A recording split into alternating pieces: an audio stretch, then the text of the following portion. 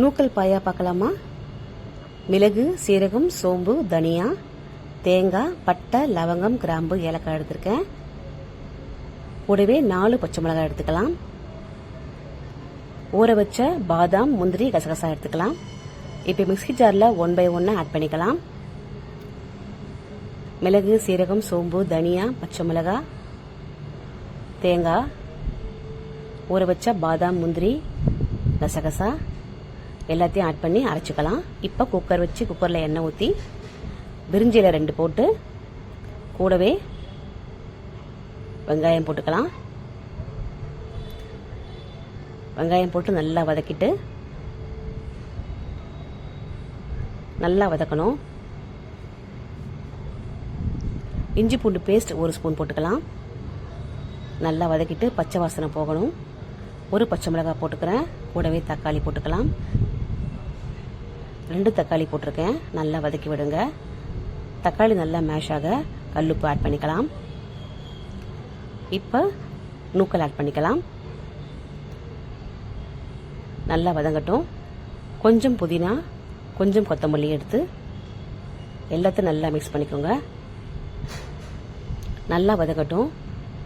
இப்போ அரைச்ச விழுதை ஆட் பண்ணிக்கலாம்.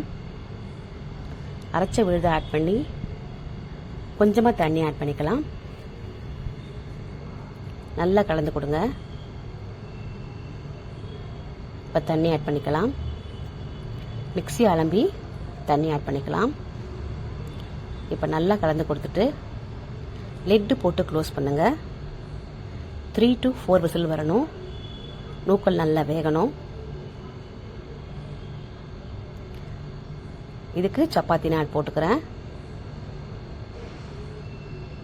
சப்பாத்திக்கு செம்மையாக இருக்குங்க. ட்ரை பண்ணி பாருங்க. இப்போ ஓப்பன் பண்ணி பார்க்கலாம். ஒரு அட்டகாசமான நூக்கல் பாயா ரெடி ஆயிடுச்சு பாருங்க. எண்ணெய்லாம் பிரிஞ்சு வந்திருக்கு.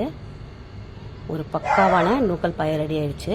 இது இட்லி, தோசை, இடியாப்பம், ஆப்பம் எல்லாத்துக்குமே ஆப்டா இருக்குங்க. ட்ரை பண்ணி பாருங்க.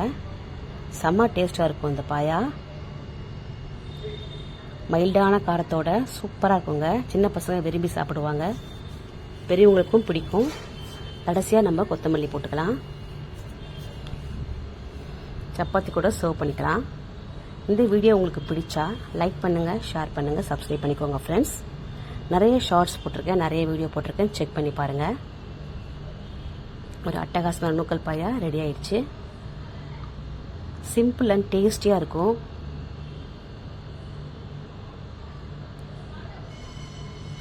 எல்லாரும் விரும்பி சாப்பிடுவாங்க. கண்டிப்பாக ட்ரை பண்ணுங்க.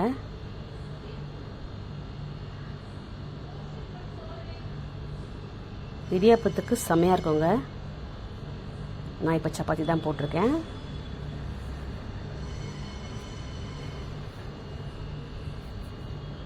தேங்க்யூ.